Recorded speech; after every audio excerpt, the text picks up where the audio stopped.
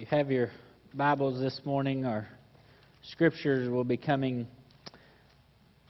out of Hebrews in the 9th chapter. Hebrews chapter 9. We started back with our Wednesday night Bible study a couple weeks ago.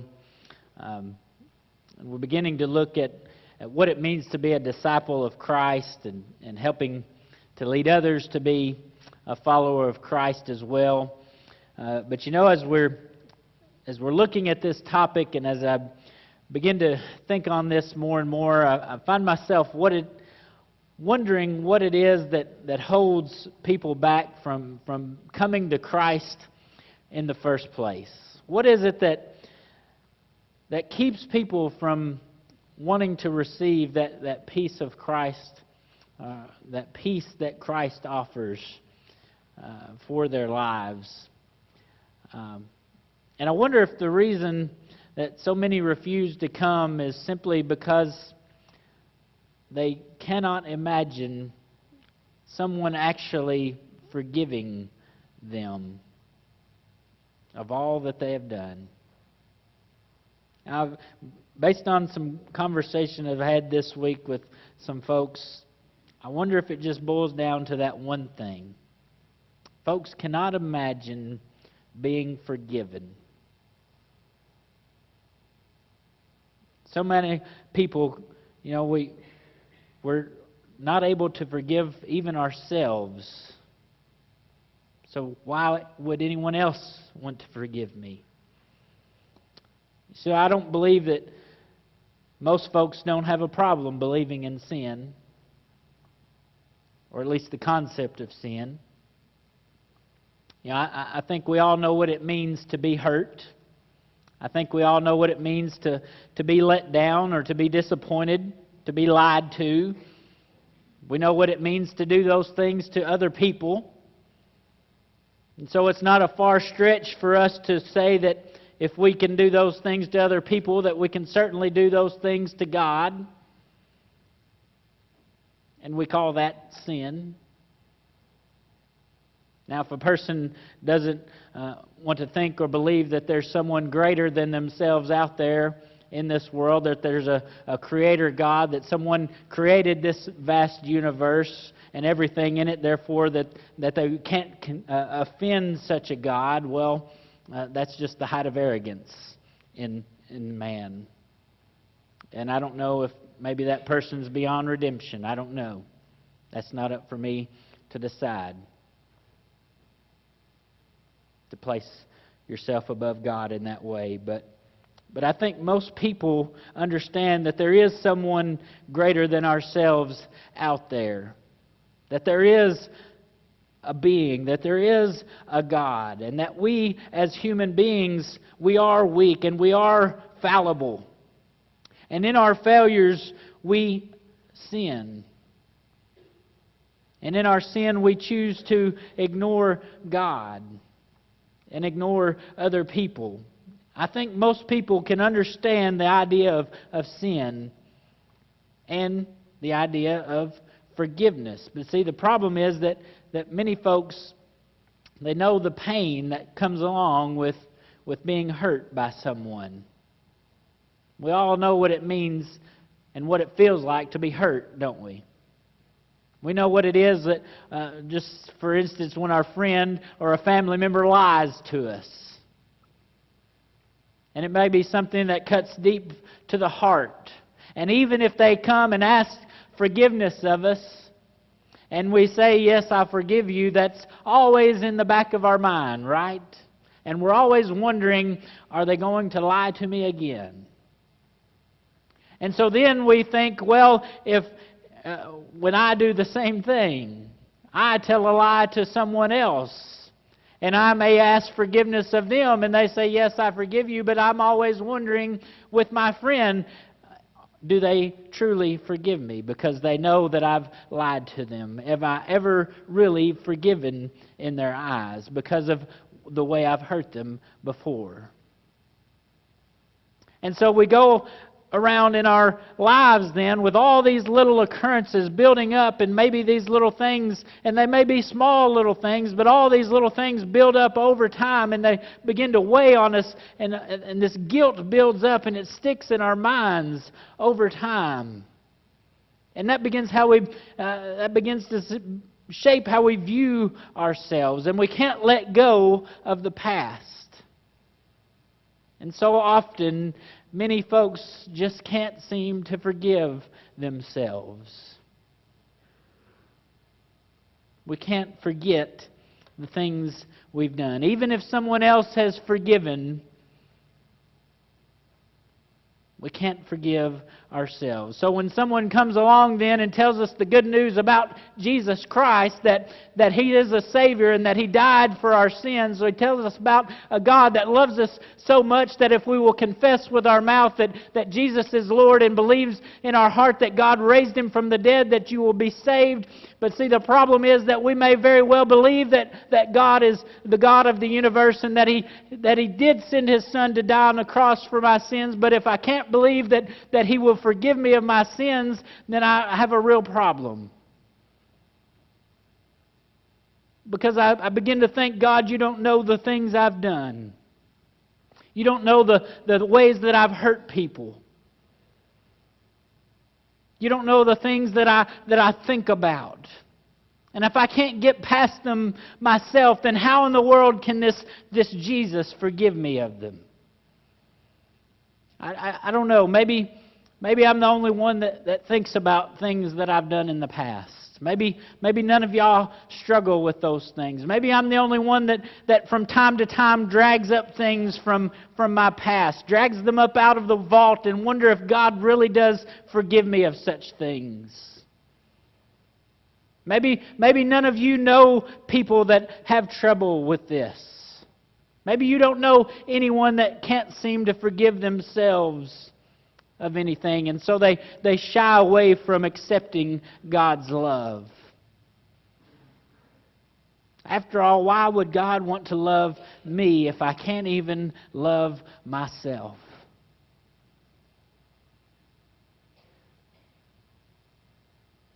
So I just wonder today if that's what keeps people from truly accepting Christ's peace in their lives. The peace that Christ offers when He says, "Come unto me, all ye who are weary and heavy laden, and I will give you rest." The peace that is freely offered to all who would receive it. I think so many want to believe it's true, and yet that barrier of I can't forgive myself. How could Christ forgive me is there. And so I just want to share a few verses with you from the book of Hebrews this morning. And really, we could just read several chapters here from Hebrews because it's so rich and powerful in explaining the work that Christ did for us. But I want to encourage you maybe to sit and read through, I don't know, maybe chapter 6 through 10 sometime this evening. And just read the work that Christ did for us. But we're going to read in chapter 9 this morning, talking about the blood of Christ and what the blood of Christ has done for us. And the reason it's talking about the blood of Christ is because it's talking about the new covenant and how it was put into effect. You see, the old covenant, the covenant of God, the law of God, was made effective through the sacrificial system, in which day after day the blood of bulls and goats was shed for the atonement of sins, was shed for the people. But you see, that had to go on day after day and year after year, and they would bring these sacrifices before the Lord. But it reminds us, it says everything, the law requires that nearly everything be cleansed with blood, and without the shedding of blood there is no forgiveness. But see, that was the stipulation of the covenant of the law. Even if you look back at the very beginning in Genesis, when Adam and Eve first sinned and they had to find a covering for themselves, what happened? It says God made a covering for them. Something had to die for them to have a covering. They covered themselves with leaves, it says, but God made a covering of skins, animal skins. Something died, some blood was shed so that their sins were covered there. Without the shedding of blood, there is no forgiveness. That's the whole basis of the covenant. That's what it's talking about here.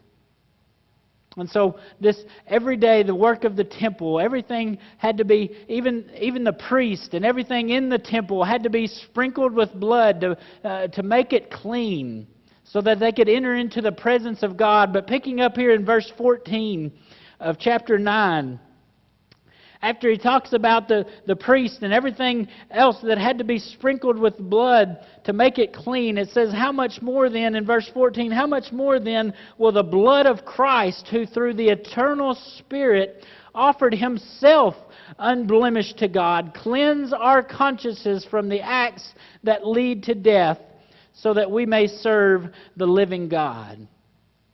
You see, His blood was shed. And I love how this is stated. His blood was shed to cleanse our consciences from acts that lead to death. In other words, to cleanse our sin so that we may serve the living God. We sing that we're washed in the blood of the Lamb, right? And that may sound kind of gross and kind of disgusting to you. But without the blood washing over you, washing over your spirit, you'd still be lost in your sin. But did you catch what it does? That blood that is shed for you, that blood that washes over you, it says it cleanses our conscience. The blood of Christ frees our minds from those past sins that keep us bound. You know, Satan will do all that he can to keep bringing these past things up, to keep bringing these sins that we've done in the past, bringing them to our mind. But the blood that has been shed for you, that blood that has been poured out of Christ's body, has been poured out, and it cleanses our mind from those things. And it allows you to move on from those things that hindered you in the past. The blood of Christ forgives you. And it allows you to forgive yourself. And in fact, he goes on to say here in verse 15, for this reason, Christ is the mediator of a new covenant, that those who are called may receive the promised eternal inheritance, now that He has died as a ransom to set them free from the sins committed under the first covenant. You see, you have been set free. Do you know what it means to be set free? I think of, have you ever seen those videos of an elephant, a gigantic elephant? And those elephants that have been in captivity, and all that they're so conditioned in their captivity that all that their captors have to do is tie a rope around one leg of the elephant, not even have to tie it off to anything else. Just the act of tying that rope around the elephant's leg and just lay it loose on the ground. But that elephant is not going to go anywhere because he thinks he's still bound. He's so conditioned in his captivity. He's bound up by the simple act of tying that rope around his leg. That's how we are. That's how we're so bound in sin. But yet Christ has set us free from the bondage of sin. Christ, our mediator, has set us free. He has loosed the chains, loosed the ropes, loosed all the sin that keeps us bound, and He has set us free in Him. And He's done this by the shedding of His blood.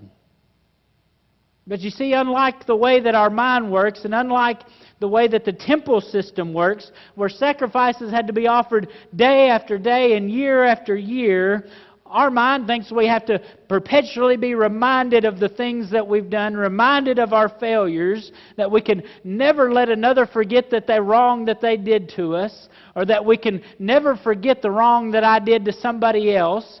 Jesus went about it in a different way. Skipping over to verse 25, It says, "Nor did he enter heaven to offer himself again and again, the way the high priest entered the most holy place every year with blood that is not his own. Then Christ would have to suffer many times since the creation of the world. But now he has appeared once for all at the end of the ages to do away with sin by the sacrifice of himself. Just as man is destined to die once and after that to face judgment, so Christ was sacrificed once to take away the sins of many people, that he will appear a second time, not to bear sin, but to bring salvation to those who are waiting for him." You see, he didn't have to die over and over and over again for your sin. And you don't have to put him on the cross each and every time that you sin, each and every time that you fail. But he paid the price once for all. And you see, that phrase is so important, that once for all, that it's repeated several times in these few chapters here in Hebrews. And it begins in chapter 7, verse 27, when he says he was sacrificed for their sins once for all when he offered himself. And so because he was sacrificed for us, and that sacrifice came once for all, that sacrifice came as a way to set us free from the sins that keep us bound. His blood shed to cleanse us from our consciences, or cleanse our consciences from the acts of the sin that leads to death. Then God can give us words of comfort, like we find in in chapter 8, in verse 12, where he says, "For I will forgive their wickedness and remember their sins no more." Did you hear me? And that's repeating a promise that he made in Jeremiah. "For I will forgive their wickedness and remember their sins no more." And if God can promise to forgive and remember our sins no more, that leaves us to that frees us to leave our sin in the past. That frees us to forgive ourselves and to accept God's forgiveness in our lives. That frees us to remember his promise that we repeat every day, or every Sunday here, that as far as the east is from the west, this is how far he has removed our sin from us. Do you know just how far the east is from the west? If you start out going, which way is it? That way is east, and that way is west. See if they ever meet. Somebody start walking that way, and somebody start walking that way. See if you ever meet up with one another. That's how far he has removed our sin from us. So we are free from dwelling on it. We don't have to continually dwell on our sin. We are set free from the things that we have done. I don't know if you're one that struggled with the issues of forgiveness. But I feel like today that God is telling you that it's okay to forgive yourself, because you have been forgiven. Because the blood of Christ that was shed on Calvary, you have been forgiven. And now Christ sits at the right hand of God the Father Almighty as our mediator of the new covenant in his blood, setting us free from the bondage of sin. You don't have to stay bound up anymore. You are free. So if you're here this morning and you need to experience God's forgiveness, maybe for the first time in your life, would you do that today? Maybe you've accepted God's forgiveness in your life, but you've never been able to forgive yourself. I invite you to come and just lay it out here before the throne. Not before me, not before anybody in this church, but before the throne of God. And accept His forgiveness. And say, Lord, I lay it at your feet. And I forgive myself. Because your blood covers it all. And you have set me free. Maybe you know someone that is bound up in a struggle with their sin. And you know what frees them. Come lift them up before the Lord today. Maybe you need to grab them by the hand and lead them to Christ today. He died for our sin once for all, that we might be delivered from the grip of death and sin. Don't purposely hang on to it. Let it go today as we sing our closing hymn. Would you let it go? I surrender all. Surrender it to the King.